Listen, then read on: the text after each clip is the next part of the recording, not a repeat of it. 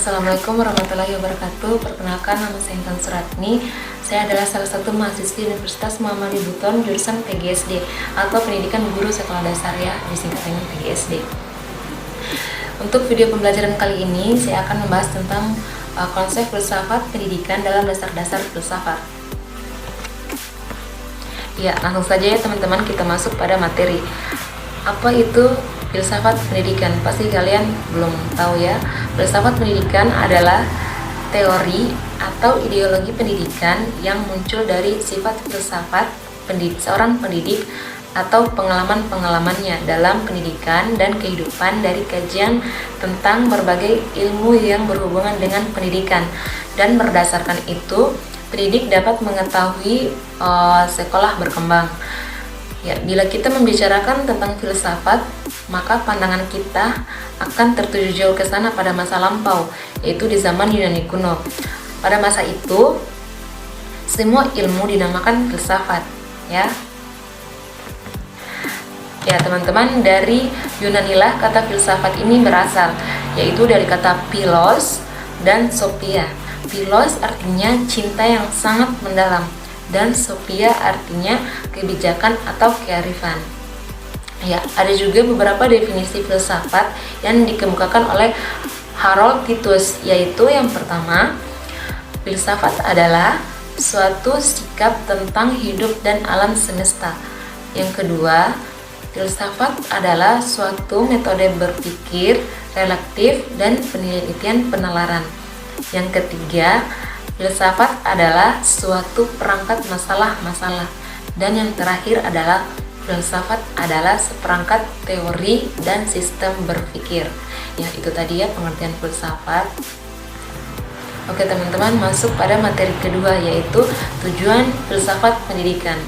Tujuan filsafat pendidikan itu apa sih?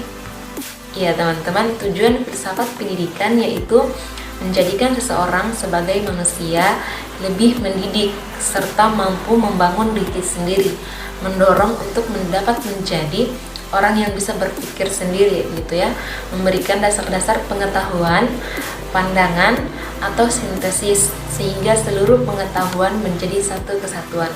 Dan ada juga tujuan filsafat pendidikan lainnya, yaitu yang pertama, dengan berpikir filsafat, seseorang bisa menjadi manusia lebih mendidik dan membangun diri sendiri. Ya, tidak jauh beda sih dengan pendidikan tujuan filsafat yang pertama tadi.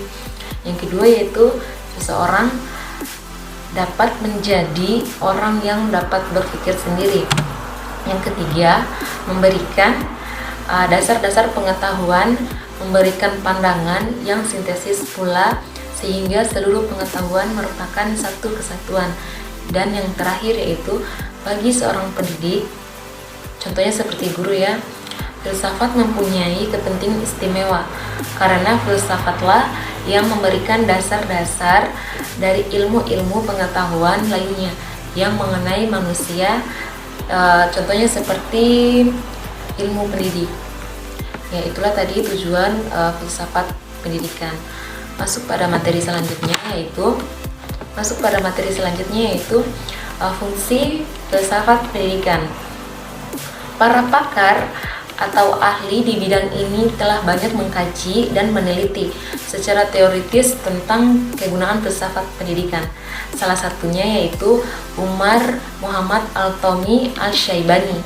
Beliau mengemukakan 3 manfaat dari mempelajari filsafat pendidikan, yakni sebagai berikut ya.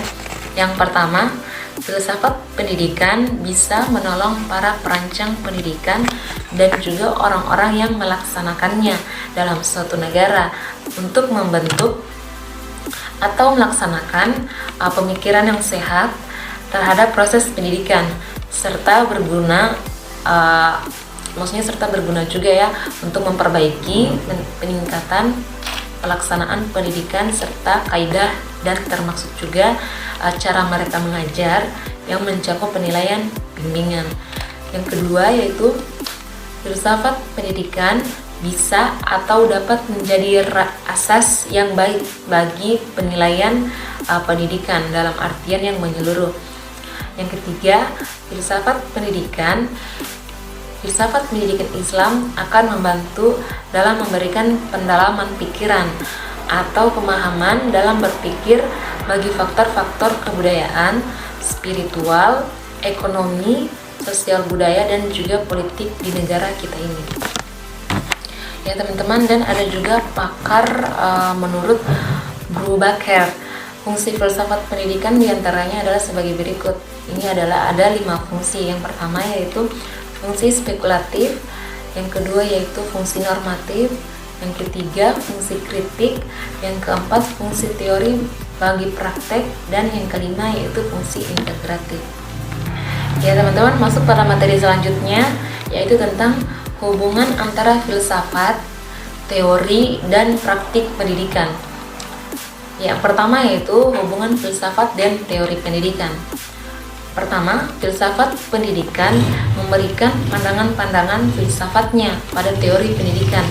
Spesifiknya yaitu tentang pandangannya tentang manusia, murid, tujuan pendidikan, dan bagaimana seharusnya proses belajar.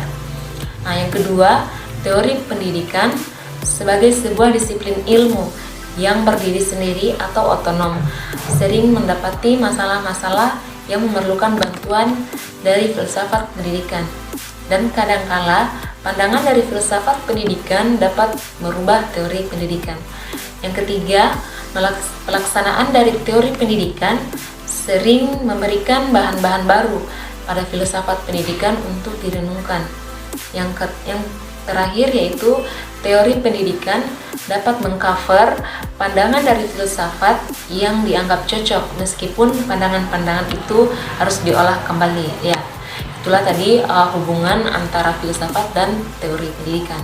Ya teman-teman, masuk pada hubungan teori dan praktek. Yang pertama yaitu teori merupakan dasar bagi praktik, dan praktik adalah alat penguji dari keampuhan teori.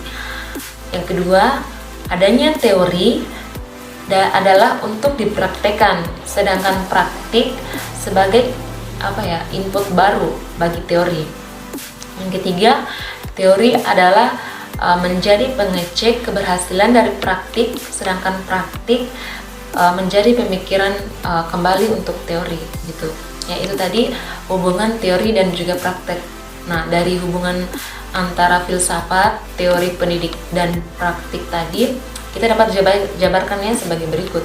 Yang pertama, teori atau ilmu pendidikan teoritis sebagai penjabaran dari filsafat pendidikan memunculkan ilmu pendidikan yang praktis.